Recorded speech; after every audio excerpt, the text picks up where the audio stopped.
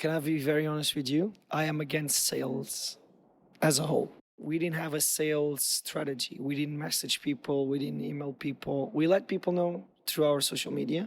We made a big hype about the opening. So we had brands coming in and we set the momentum from the opening weekends.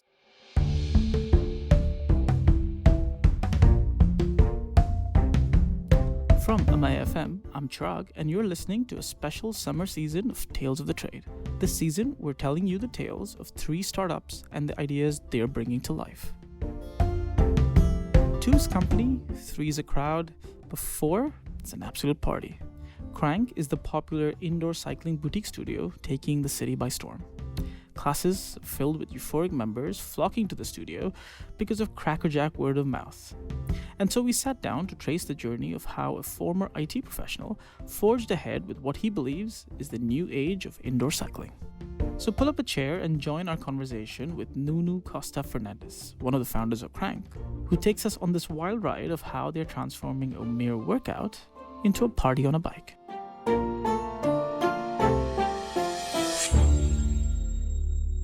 We grew up in an era, the 80s and 90s, when jobs and careers were quite traditional.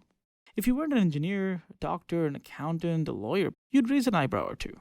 And it may interest you to learn that this wasn't just a regional thing. Across the continent, in a little country called Portugal, a young man was being told the same thing by his family. I got a master's in electronic and telecommunications engineering. Since I'm a teenager, I've been teaching. So since I'm 17. And let's say in Portugal, where I'm from, taking a sports degree, it's halfway to unemployment. So basically, my parents were like, all right, you should study something that will give you a future. So I went to engineering and I studied engineering, but always with a passion of being in fitness and, doing fitness. And I was teaching since that tender age. Then I moved to Dubai just, 2 weeks after completing my master's. I started working in IT. And I hated my job, to be honest. And I found a part-time. I started working at Flywheel as a part-timer. And then progressively, my classes started to get busier and busier. So I was offered a co-director role. And I also started teaching at Barry's Bootcamp to kind of not only my CV, but also improve my own knowledge and, become a better professional. Around this time, Nuno began to be approached by people to spearhead new fitness ventures. Yet somehow he never really took the bait. Over 2 years, I had like five or six different entities or people coming to me and saying, let's open something. I always decided not to do so because I think, if you're going to make a move, it has to be the right move.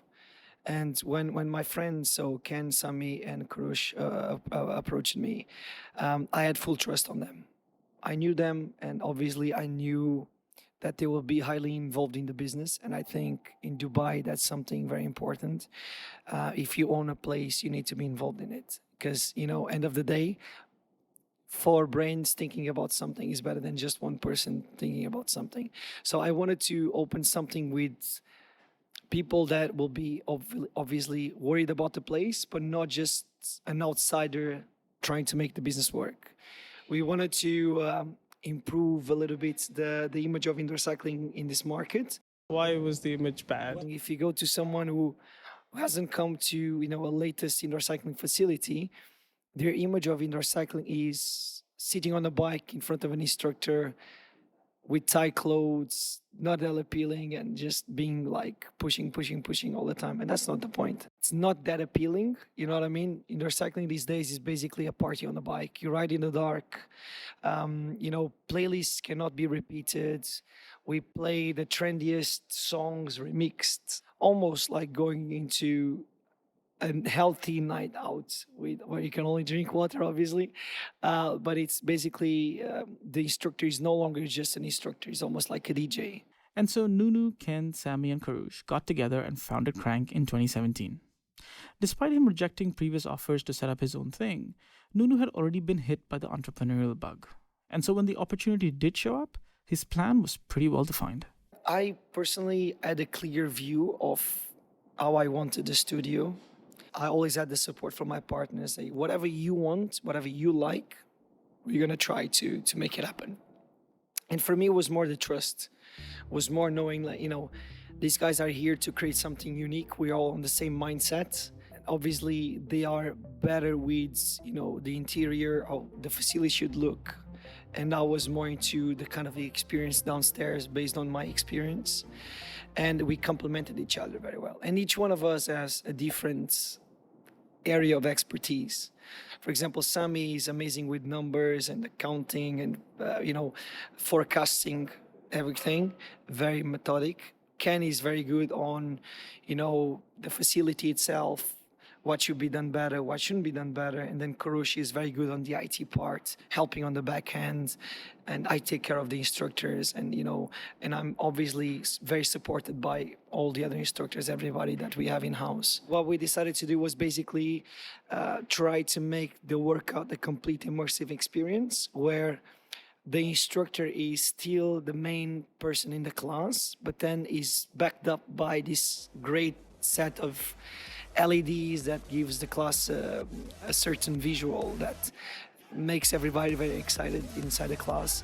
And also, the other thing that we tried to improve was actually the audio inside the room. So we had a nightclub expert to come and do the sound for us. Y'all ready for this? That was basically the idea, try to create a better product, try to create an experience. And we had the space, so we created 2 other classes to complement the ride. So we created a class called Shape, which is almost like a PT session for 15 people. And we have a stretching class, which is not a yoga class, it's a pure stretching class for 45 minutes. Moving from this defined idea of what Crank had to be to the actual product, the space, the classes, the instructors, took about 18 months, somewhat of an accelerated time frame in a city like Dubai. I know people listening to this are not here, but you're here with us today. You see Crank has so much work done, but from the moment we stepped on this warehouse, it was completely empty. There was no walls, there was nothing in here. So from the moment we sat together, put on the plan, and we opened was 18 months. The construction lasted around 7, 8 months, something like that, which was quite fast, but it was full on from day one. And a lot of us would come here every single day, especially my partners, and do the project management, because in Dubai it's sometimes a bit complicated construction. So they were here every single day. They took sabbatical from their works to be here for 3 months, sometimes 4 months in a row, just come every single day, check on everything, and that was a very important part. And that's what sometimes people don't realize, is that you think just to open a business, you go to a contractor, you go to a company that will do the fit out for you, and you leave it with them, and you still have to put on a lot of work. And that's one of the things that we got it right, was the design and the facility itself, and that's also mainly to the hard work that they've put in on since day one. Funding wise, are you funded externally or it's your own funding? My partners are the main investors, and they obviously invested from their own pocket. So when that happens, you know that they will also work hard alongside you to make sure everything runs well. We also have a small part that is funded by smaller individuals, that have a smaller percentage, but it's basically they're silent. So when did you sort of quit and switch to this? I left my old job December 2017, November, December. And then Crank opened September 2018. And meanwhile, I obviously try to respect everything and everyone. So for you to have an idea, and this is one of the keys to success for Crank, was we never poached instructors from other places. We saw that we had a time. And I told my business partners that, listen up, guys, I've been in the fitness industry for 12 years now. One of the things that destroys or spoils an environment or a brand, it's always from the inside. It's always like the egos. It's always like the competitiveness of the business. And I think the way we should hire is based on people's personalities and not based on their CVs. Reason for that is I think everybody's capable of teaching on a bike or teaching a class. As long as you're qualified, as long as you are within the law. If we have a certain individual and if that certain individual puts in the work, then there's nothing we should be afraid of. So we hired based on personality. So if you come to Crank, I'm pretty sure the instructor will always be ready to receive you with a smile, will know your name, will, welcome you. And that's basically every single stuff we have. I actually became an instructor by mistake. Holly Drake joined Crank to help with marketing about 2 months before they opened. I was just impersonating Nuno one day, teaching on the bike, and he was like, oh, wow, that's really, really good. You should try it. And yeah, he just took me up here and we just started training. And then I was like, okay, I want to do it. And it's the best thing I've ever done. Like, I really love teaching. Like, I get so much thrill and enjoyment out of it. So, but no, we've got a really good team. Like, everyone was friends before we opened. Before the studio was even ready, we used to have the bikes that we have set up in Nuno's back garden. So everyone would go to the garden, they would teach like 3 songs playing from the phone. So everyone built a nice relationship together. It was nice, wasn't it? Yeah, because obviously the place, there was delays. In my head, 3 months before we opened, I would have a place where I could put all the bikes and train the instructors. And that wasn't possible. So I was living with my cousin. We were sharing a villa. And I said, man, listen up, I need your help. I need to train instructors, but I have no place to train instructors. Is there any chance I can put some bikes on the back garden? But everyone got a really good tan that summer, So people used to come. I used to have like 2 block trainings in the day, one's in the morning, one's in the evening. And we would just train on the back garden with a loud Bluetooth speaker. And that's how we've done the training. Later on, we moved some bikes to our shape room, which is upstairs, shape and stretch room. We used to do the training in the middle of all the boxes and all the stuff we had here, like that were still not assembled. And it was a lot of fun. Like we used to gather here for like 2-3 hours training, and then we ordered pizza after. Yeah. And I think that's how we developed the big part of the team spirit. Everyone still does each other's classes. So even though the instructors are tired because they teach a lot, they still go and take somebody else's class, because you always learn new things from other people as well. And then it's also nice to give that person some support. That's key. If you have a team that, love each other, support each other. And for me, it's super easy. For example, if someone is sick, I can just literally contact someone else and say, can you cover for your colleague? Like, of course. So we all have each other's backs. As I said, we left the egos outside the door. 70% of the reason someone comes into a class is actually the instructor. And it's how the instructor makes that person feel. And if it's not genuine, then, it won't work. We are now over 5,000 bookings a month and growing. And with people that were basically unknown 7 months ago. By any criteria, when you started, did you think you would be at 5,000 a month in 7 months or 6 months? No. Like, obviously, I had a big faith on the team, and I obviously expected a growth. But, the amount of traffic that we have is better than what we expected. And that's obviously due to the fact that we chose the right people, due to the fact that everybody works hard, and due to the fact that we believe in them and they believe in us. So it's obviously we have our own problems, like any other company, but we try to listen to the instructors. We try to reassess and rearrange. Reassess, rearrange. And to do that, you need to have the right people at the top. But Crank isn't your standard 2-person founding team. They're actually 4. More on that after the break.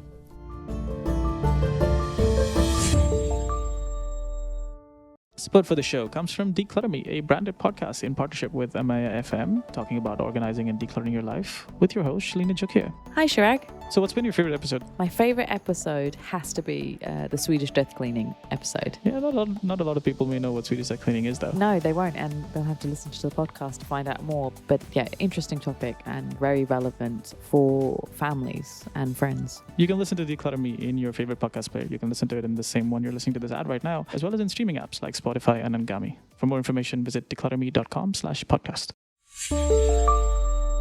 Feel like your favorite platforms have become a place for toxicity and fake lifestyles?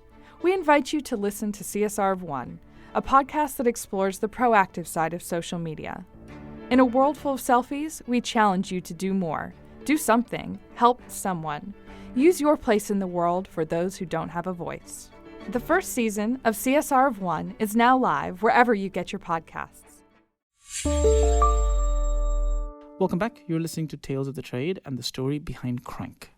You've often heard the saying, too many cooks spoil the broth. And so when you have not 1 or 2, but 3 co-founders, not to mention a team of instructors, some of whom are also personal trainers, the possibility of too many people doing too many things and making a lot of noise is exponentially higher. And at Crank, the team of 4 have been working to tackle that right from the beginning. And I have a short temper. Do you really? Obviously, like in any other place, we're going through arguments, we're going through problems, and we do have problems. But I think that's the good thing about it. We have four different people with a very clear mindset. And for that, we rearrange. We sit down, we talk to each other, and we solve the problems. But we run into like 3 or 4 times, obviously, we had our own problems. And we're going to have much more, I'm pretty sure about it. I'm sure, yeah. As you guys will grow, right? It is literally bound to happen. Like you slightly mentioned the division of roles that you guys decided. Like, how did you go about doing that? So we came to a point where, especially in the beginning, the first month and a half, 2 months, we felt like there were too many voices for not as many topics. And, from day one, my partners told me, like, you are in control, we're here to help you. Because you were the fitness guy. Exactly. So we came to a point where, I think on the goodwill of everyone, everybody wants to step in and solve problems. And sometimes that's not helpful. And I've done the same. Probably I stepped in on areas that were not of my expertise and tried to solve them. So basically we sat down, we kind of, let me use the term that I like, we zoomed out, try to see the problem from the above and say, guys, let's think with our heads, right? And let's allocate things properly. And it's basically, we meet once a week and we have a system in place. If there's, sometimes if we need to meet more times, we meet more times, but once a week, we step in, we come with all the bullet points. Like you're still doing that now, we even still though. do it, and we're still going to be doing it. It's very important to catch up. Even if my partners are, traveling, there's always like at least 2 of us here. We sit down and we meet. And it's very important to catch up, go through the problems, see if we have any pending problems that haven't been solved. Again, if there's new things, allocate them to the right people, and we all work on them. Any business needs customers. And when it comes to that popular startup term, customer acquisition, it is often the result of good marketing, good products, and a solid sales strategy. But what if the sales strategy is to have no strategy? A non-salesy, non-pushy approach has actually proved to be the golden ticket for Crank. I am against messaging people. I am against sales as a whole. I have never messaged one single person to come to my classes because I think if I ask you to come, I am already like forcing you to come. So that kind of sets in between the experience itself. I want you to come. If you like it, you'll come on your own. You don't need me to message you. So obviously we use our social media, mainly Instagram. Instagram is the big thing right now. We told everybody what we're going to be doing, what we're going to open. We have our first classes for free. So on our opening weekend, we obviously worked on content. We had a very nice, very appealing video, but we didn't have a sales strategy. We didn't message people. We didn't email people. We let people know through our social media. We made a big hype about the opening. So we had brands coming in and we set the momentum from the opening weekend. So on the opening weekend, we had more than 300 people every day on Friday, on Saturday. And when from that, we rolled on to the success we built until today. I had a big following from my older times. I'm happy and blessed that that following did disappear, dissipated. And then with a stronger product, that following became stronger. And one of the points everybody was afraid in the beginning was, all right, I had a big following, I could fill my classes, can all the other instructors fill their classes? And I think they put in a lot of work on their training, and that's one of the parts we managed to cover very well. So everybody is busy. I think we passed the message right. There's a product that Crank offers, and everybody's capable to deliver it. One of my main things was to obviously try to make a unified experience. Obviously, people will have a preference on the instructor, but I don't want people to be too picky about the instructor. And one thing that I could notice back in the days was, for example, if there was a last-minute cover that I needed on my older job, a lot of people would cancel. And I didn't like that. One of my fears here was that that would happen. And actually, that is not happening. We've had many situations where I needed cover, other instructors needed cover. We replaced the instructor last minute because it's an emergency. Everybody's fine with it. Everybody's happy with it. And one of the things that proves that is that every Wednesday, we have our live DJ ride. And we don't announce who's teaching it. We don't want people to know. We just want people to come for the sake of the experience. And that class normally fills up 5 days, 6 days in advance. So that makes us really happy, makes me personally very happy, because that's one of the big things in this market. People really get attached to an instructor. Obviously, there's competition. Competition's a good thing, but at the same time, it's also a challenge. So what do you see as potentially a challenge for you guys, let's say in the next year or so? I think the biggest challenge, to be honest, is not with any other facility. Our biggest challenge is keeping our standards and improving our standards.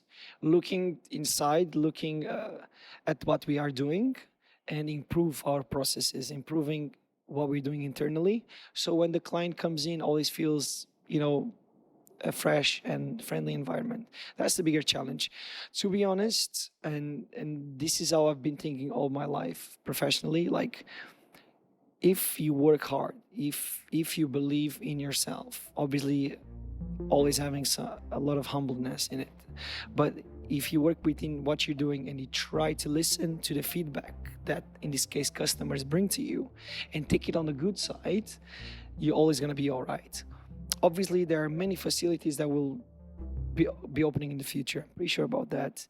And I try to think about them the least as possible. I try to give the least attention. And I'm not being disrespectful. I am just on a position right now where I have to look internally and try to understand where can we improve, where can we You don't want the noise. No, exactly. That's actually the right word. It's like leave the noise outside. A common link between a lot of our episodes is how the neighborhood of El Cruz has played such a key role in the startup industry of the city. From Tom and Serge in Korea Playhouse in Season 1 to Crank, which sits in the popular lot of warehouses in Al Circal Avenue. It's the vibe of the place. When you come to Al Circal Avenue, first of all, the fact that is close to Sheikh Zayed Road, it's easy access. They fixed the parking outside, so there's plenty of parking as well. We could see that Crank would relate very well with the area. And you're now inside the facility, and we are sitting in the mezzanine area where people can come. During the day, they can sit here. We have a PlayStation. It's a very working and user-friendly area, let's call it like that. And there was a concept we had in mind, was have a studio that kind of resembles this kind of mindset, which is, we're very chilled, come sit with us, work with us. And Al Circal offered that for us. And we are very happy to be here, to be honest. Very, very happy with this area. With 5,000 users a month, things looking better than expected, and a company that is growing rapidly, one naturally starts to think about what comes next. Every week, we have someone approaching us saying, we want to take Crank here or take Crank there, or open a Crank here, open a Crank there. And obviously that's something great to hear, you know what I mean? Even after we opened, we had like 2 or 3 other boutique fitness facilities opening, and not trying to give that too much attention on my side, because I don't want to think about it. I just want to focus on Crank and think fresh. But I was expecting number-wise something to happen, and actually the opposite happened. We kept getting busy and busy. So it was a relief, obviously, and it was a certainty that we're doing the right thing. Tell me about your plans for the next, let's say, a year. I would lie to you if I wouldn't say that we don't plan on expanding. So that's something we are obviously studying and considering. As any business that is doing well, like the goal is to obviously, try to replicate the model on a sustainable and honest way, on the sense that wherever we take Crank, we will have the same vibe and feel. That's super important for us. Apart from that, on this branch, the goal is to keep improving. Even though we know we have a top facility, we're always looking for something better to add, change, more artwork in the walls like we have. And then class-wise, we have a very fresh product, so we try to keep it, we always try to keep it the best we can, making sure the instructors are always playing something new, make sure the instructors, are always innovating. That's the goal for the next years, to try to keep this facility even stronger and obviously think about expansion. Where would you define your success? For the people that don't know me, I'm I'm basically a countryside boy from a small town in Portugal. My hometown has 20,000 people. Like from a very small place, and I didn't even study sports or anything. So for me personally, I think I've achieved something that I never expected to achieve in my life. I managed to help or open a studio in Dubai, which is probably the top city in the world, side by side with many other cities that we know. So professionally, I can say that I'm already fulfilled, but I'm proud of what I have achieved, right?